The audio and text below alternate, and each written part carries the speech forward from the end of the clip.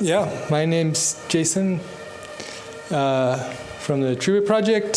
Truebit is a project which is you can think of it as a computation oracle for blockchains. So, right, you have smart contracts that are limited computational power. And we just had a long explanation about increasing and decreasing the gas limit. So you can think of it as an alternative. Instead of burning gas, you can run stuff with Truebit. So Truebit's a blockchain enhancement. It sits on top of existing blockchains, right? So there's no notion of Truebit being by itself. Some people call this layer 2. And so the network is consisting of task givers who are issuing tasks and solvers and verifiers who get rewards for performing those tasks.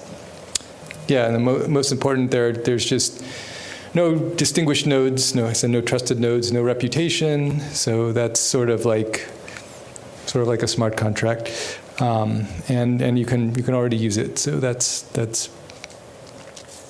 pretty much it. So before I get into sort of the more Rust-ish parts of this talk, I'm going to explain what is the problem that Truebit is actually solving. Is there a problem? Like, the obvious thing is, okay, we're out of gas. Why don't we just increase the gas limit? So this is going to be an explanation as to why this is a bad idea, because it breaks the consensus. So if you didn't have a gas limit and you have a ordinary user who comes in and puts in some computationally heavy transaction, and of course the miner who gets the block, he's including it because he creates a nice transaction fee, but all the other miners don't get the transaction fee. They're supposed to sort of verify this for free. So then they actually don't know what to do. So specifically what happens is, if you have a heavy transaction, then you have some incentive to skip the verification because it gets you ahead in the mining race. On the other hand, you also have reason to do the verification, because if you skip verification, you might end up running on the wrong chain, which means the chain that nobody else is mining on. So you miss out on the rewards. So in fact, rationality doesn't really help you decide what to do. You just want to do what everyone else is doing. And so the consensus kind of falls apart. So this was our paper on the verifier system actually came out after there was already a gas limit, but I don't think this is exactly the reason that, maybe think about on a simple level, oh yeah, you need it to prevent denial of service, but that's also true. So yeah, you can save gas. You could think Truebit is not a state machine. It's just a compute function. So you give it a function f and an input x. It's going to tell you what f of x is, and all of this just using a WebAssembly-based architecture. So I just highlight some of the goals here. Let's see. So of course, we wanted some sort of, the participants should be pseudonymous. It's no hierarchy. Also, now we look at making the market pricing work without a price oracle, right? So this is also important to get the pricing right. And you can also think of this as a unanimous consensus protocol, where everybody's a purely rational actor, including these task givers. Mostly rational is the solvers and verifiers, who are sufficiently incentivized to perform tasks correctly. And we've also, originally Truebit was built using an interpreter. We've converted it over to a just-in-time compiler, including our verification game. So it's pretty performant. And of course, most relevant probably for this talk is that you can support standard programming languages. That means writing your code in C, C++, Rust, whatever compiles to WebAssembly, and then that function. If you want to use Truebit, you're going to call your function to the smart contract, to the Truebit smart contract, and it will reply back. So I just open up inside. So inside the core of the smart contract, you have sort of this, for Truebit, so how do we make sure that it computes correctly? So you said anyone Truebit can so you have a solver who comes in the solution, and then I guess this challenger, a verifier who disagreed with the solution, essentially they have the right to take this to court, and in your court are these Ethereum judges. So Ethereum judges, I mean the miners, right? So they have limited computation power, but they always do it right. So, but they still have to adjudicate between a larger dispute on a larger computation. So what they do is they play a binary search to find the first step where they disagree. So you go, obviously they disagree and agree in the beginning because the input is fixed, and then they didn't agree at the end, or they wouldn't even be here having this discussion. So they go back and forth. Do you agree here? Yes, no, no, yes, no. Okay, fine. Until finally you end up getting this small enough step that you can actually run this one step on chain, and then this is, then you can see whether the challenge is justified or not. So that's, and the idea of having, what does it mean to have one step on chain? Of course, that's also the tricky part. And even WebAssembly itself is not quite simple enough to do it. We break it down even more. So anyway, so when we get, I just open up this last step here. That's what this slide is saying. So these are these two steps here.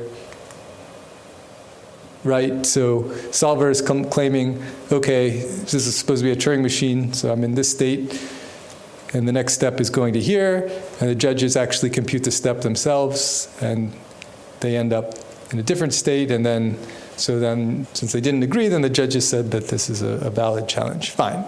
So these are just the key pieces of the underlying machine that the tasks have to compile, execute identically on all machines. That's just because it's blockchain, right? Each computation step has to fit within the Ethereum gas limit.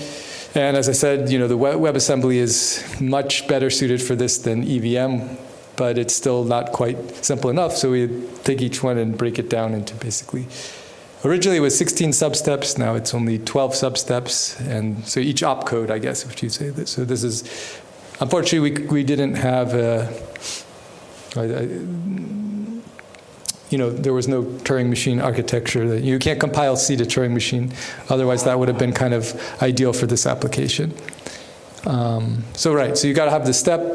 You run the step inside of a gas limit. Okay, fine. So now let's look at this sort of from developer experience perspective. What does it look like? So Truebit has like a client. I'm going to in the next step sort of break down these other pieces of the system and sort of explain how they're fitting together. But basically, this, what I'm highlighting in green here is what we call Truebit OS client, which is like a command line interface for putting tasks, solving, and verifying. So you have, so if the pipeline looks like this, you start off with basically any standard C, C++, Rust code should work, and we have sort of a Dockerized Toolchain that will generate what we call, it says WASM task, it really should be like Truebit flavored WebAssembly. The difference there being that we want to be able to make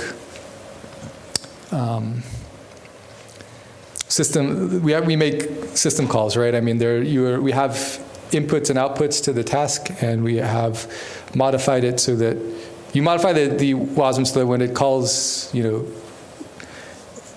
standard in, you're actually reading from IPFS or blockchain, depending on what. I guess you could create other file types as well, but those are sort of the default file types, either permanent EVM storage or from the blockchain or from IPFS. And as I said, we're replacing an interpreter with a just-in-time compiler. A little easier to understand with an interpreter, but the just-in-time compiler essentially does the same thing and a little bit more two-layer verification game there. Okay, fine. So and then this is incentive layer. I'm not really going to talk about that, but this is also interesting to explain, why people actually show up to participate as rational people in the system. So the solvers and verifiers. So how they're going to interact with Truebit. So this is pretty simple. I mean, you can put in the Truebit OS client, you can put in tokens for staking, and then you can just basically run solver verifier. Obviously, you have to specify a task, but that mostly you expect the tasks to be issued. Like this is an experience for a miner, right? If you're actually developing, most of the calls you make are going to be from a smart contract, right? So we can So let me just say a few words about the file system and how Truebit is handling inputs and outputs. So the file system you have is a contract which tells Truebit where to look for the input data, the output data, and the task code. So those are the three pieces to it. And as I mentioned, there are these three built-in storage types. Permanent EVM contract storage. Why permanent? Because if the stuff disappears while it's being verified, that's problematic for Truebit. Obviously, we're prioritizing security over any other goals. Obviously, we like to be performant, but if the verifiers can't see the data, then it's hard to verify. If you set up the incentives correctly, it's still okay to use IPFS. You just have to be aware that the data could disappear. And that if the person who's issuing who's doing the solving or verifying is actually the one who supplied the data in the first place, then it's under certain conditions you can expect that that it's also secure to read in from IPFS, which is probably the most likely thing you do on the testnet. And of course, native blockchain. And there you also have to contend with the fact that a smart contract doesn't read infinitely back into the history of the blockchain. It only goes back, say, 256 blocks. And there are different ways around that, but those are the sort of the basic types of data that you would want to use. Fine. So yeah. Just to reiterate here, if you're running a DApp, you're going to collate task code, input and output into what we call a bundle, and then the DApp contract is going to submit this bundle to the Truebit contract on Ethereum. So that is essentially specifically goes to the file system, so that when its task is called, then it can appropriately route the data. And solver registers solutions. So if the thing was called to be on IPFS, the solver is going to post an IPFS hash for the solution. And then, once it's cleared the verification process, then it goes back to the DApp. So, and obviously the default is that the thing is true unless there was, a verification game to say otherwise. So if it times out, then that's sort of saying whether it's correct. Fine. So this is what the toolchain sort of looks like. I mean, you take in like your standard Rust code and then run mscripton, which is just a general WebAssembly tool. You don't have to actually do each of these steps, but you with mscripton takes languages, WebAssembly code, and then we have our own wrapper that creates Truebit flavored WebAssembly, which basically sets up the task. But then you also have to sort of say what the inputs are and what the types are, and that gives you the Truebit task that you can actually use. The just-in-time compiler is kind of our I say it's there just for performance. Obviously, if you can run the verification game faster, it also improves security. We haven't really benchmarked it. It could be that for more complex computations, you actually get more than 100x speed up. But the main bottleneck right now on Truebit is the metering. It's the metering. So aside from the only difference between what you would get running, we're using the Google V8 engine. The only difference in performance you would get between Google V8 and EWAS are basically this metering, and then this small number of if you're actually playing a verification game with a just-in-time compiler, obviously you have to also inject some checkpoints into the. You have intermediate steps that are marked in the JIT as well, but this is but even with those extra injections, it's still pretty good. So this is the same picture I saw before. Hopefully it makes a little bit more sense now. And yeah, I guess, so Truebit, there are three things you want to do with the token in Truebit, right? You want to use a Truebit token, or I should say some token, let's say token X, to pay for tasking. You have another one for staking, and another one for rewards, right? So there's staking. It's a little different. Like, even though Truebit is kind of like mining, you're doing a solver, you're solving tasks. It's not like Nervos or Bitcoin, where you can just turn on your laptop and start mining Truebit tokens, because there has to be, if you don't have a stake, then you're going to, people can just guess answers, and then you get rewards. It's kind of spammy. So okay, fine. So you can't you need something to play to stake against for verification game. I don't think it's too hard to see why that's the case. I'm token agnostic at this point. I'm saying I don't know which token we're going to use for each of these purposes. Maybe it's even an external token that we want to use. But the overall goals of setting up this token model, one is, again, no distinguished nodes. We've gotten this far in Truebit. Dynamic market pricing without price oracles. You don't get to the final end and said, and the price comes from coin market cap. No. So this is not very satisfying, and it's not really, decentralized. Always the point is to be, the security comes from being decentralized. Fine. So so in order to get this market pricing, what we were going to do, and I sort of suggested in this picture, is have one task called the CPU, which is going to be stable for tasking tokens, and then another one for rewards that is going to be paid for solvers and verifiers. So it's also used for staking. Actually, the secret is we're going to stake both tokens, but that will be, I'll say a bit about that on the next slide. So, and of course, you want it to be public accessible, so that everybody has access to it. There's no,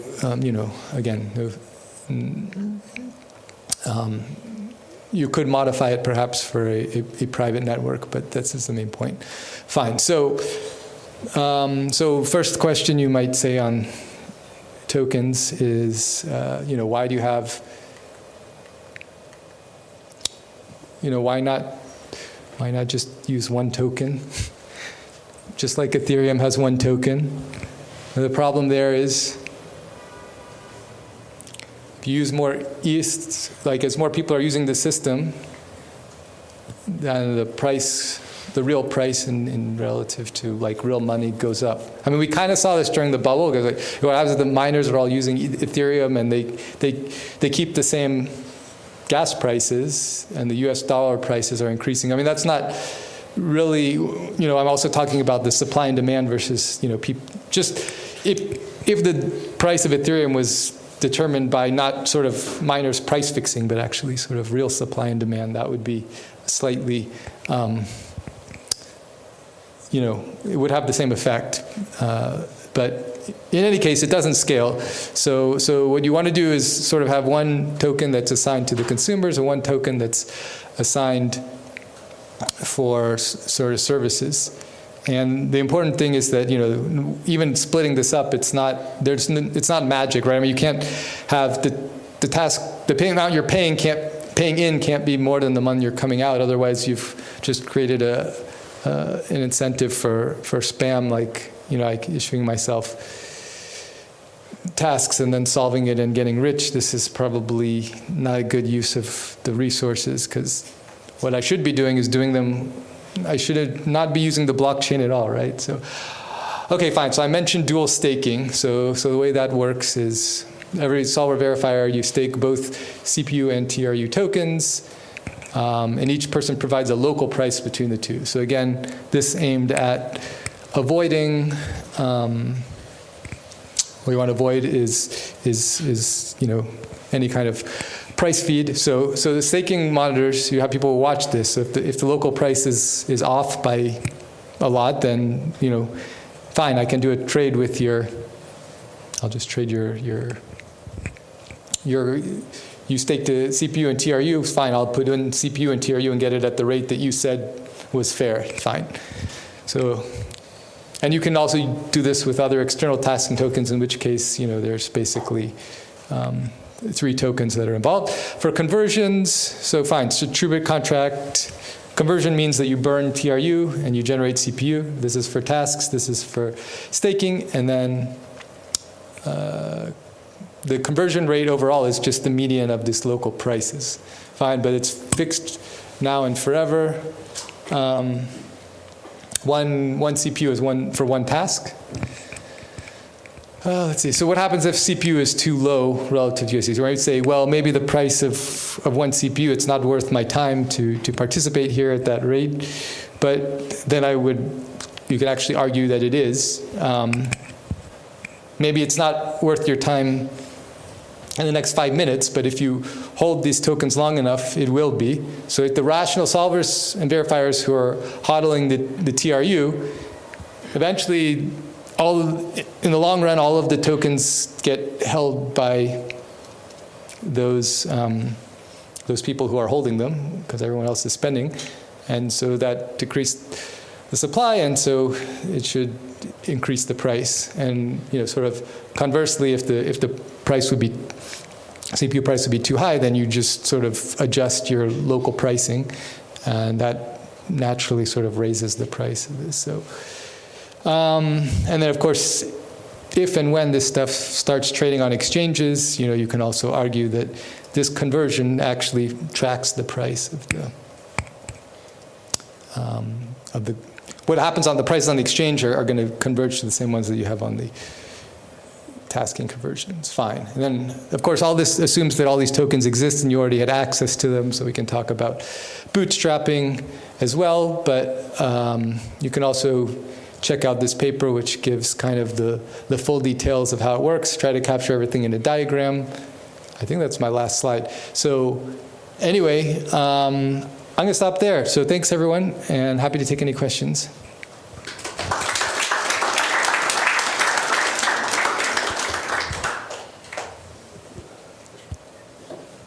Anyone? Okay. So to be honest, thank you. I still struggle to find the fundamental thesis of what you're trying to do. So like Truebit, from my rough understanding, is trying to verify off-chain computations through some kind of mechanism. So say you're running PageRank, you're not going to run PageRank on a Ethereum smart contract, right? But some smart contract would need the result of PageRank to provide sort of like an incentive system to pay someone to run PageRank, and then a different person to verify the outcome of PageRank. Is that? It could be the same person, or it could be a different person. And so the roles that you provide are the solver and the verifier. Right. And so the solver in this circumstance would do what? So the solver is, I didn't actually, probably, I didn't walk through the solver is the one who provides a solution, right? So okay. And then, so there's only one solver, but there could be many verifiers. I didn't really, discuss sort of the protocol. But that's how it, so there would be one solver and there's many verifiers. And so that's, there's no, like the task giver, solver, and verifier could all be the same person. There's no, it's not contradictory. In fact, even the incentives are set up so that the solver should verify his own task. That's how he collects reward in this sort of what we call. I guess that's the part that confuses me. Is it? Okay. It confuses me because in the context of like an off-chain computation, I could imagine how it would be like very expensive to compute, but then people would not want to trust the person who computed it. And so you would want some kind of decentralized trust mechanism to establish the validity of the solution which provided. So if the solver and the verifier were the same person, it would be, an authority. It'd be the equivalent of an authority. Or if there was only one solver, right, but then many verifiers, right, how do I know as a consumer? So if there was a solver, a verifier, and a consumer, so as a consumer, I trusted the verifiers, but not the solver, right? How do I know that it's the best solution? or something like this. So I'm thinking about it completely the wrong way. So if you could perhaps detail the use case, like as if I'm 5 years old, as in what is the utility of and what is the chain of trust involved in verifying off-chain computations? Okay, so the use case is one question. Why you should trust it is another. So I emphasize that all the actors in this network are rational. So basically, what you do is if you have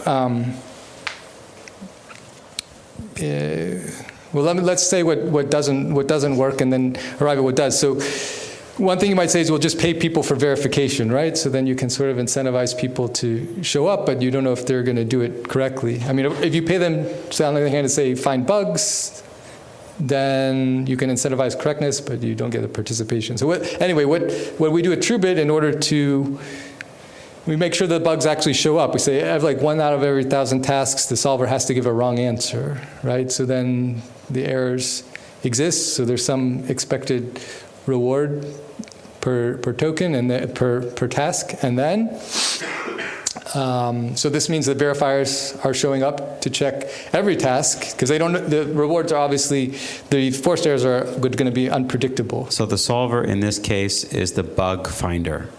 And then the verifier is verifying that there was indeed a bug. So yeah, the solver is a bug creator. Finder. Well, he's a piece of software. There might or may not be a bug in it. The consumer wants to know. Okay, if there fine. bugs. Yeah, he shouldn't tell anyone if there's a bug or not, and obviously that's part of the analysis as well. Right? Because because you might say, okay, well, right, there's two things. What are you really worried about in the system? A is that somebody's going to get paid without doing the work, right? They're just, and that degrades the system because there aren't incentives left for people who actually are doing the work. Number two is you're just worried that maybe somebody has a goal to get bogus answers onto the blockchain. Right, so you might say, okay, well, I'll just tell everyone when I'm doing the forced errors, and therefore people aren't paying attention to it. But so in that case, if somebody reveals these things too early, at least if they do it on the blockchain, then you can see it, and then someone can report it, and then that's so yeah. Assume they don't reveal the error prematurely, then. This system is. Then what do the verifiers verify? If the solver does not trust the verifier, and the verifier is to determine whether the solver gets a payout or not. So the solver,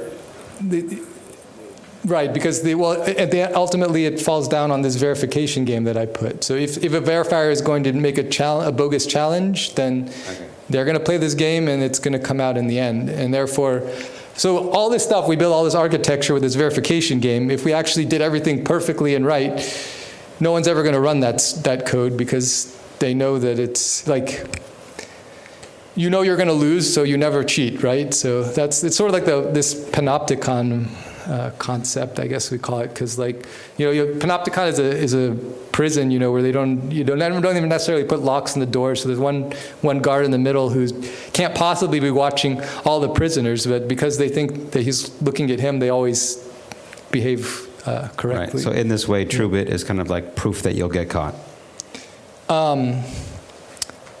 Yeah, well, exactly. It's like one.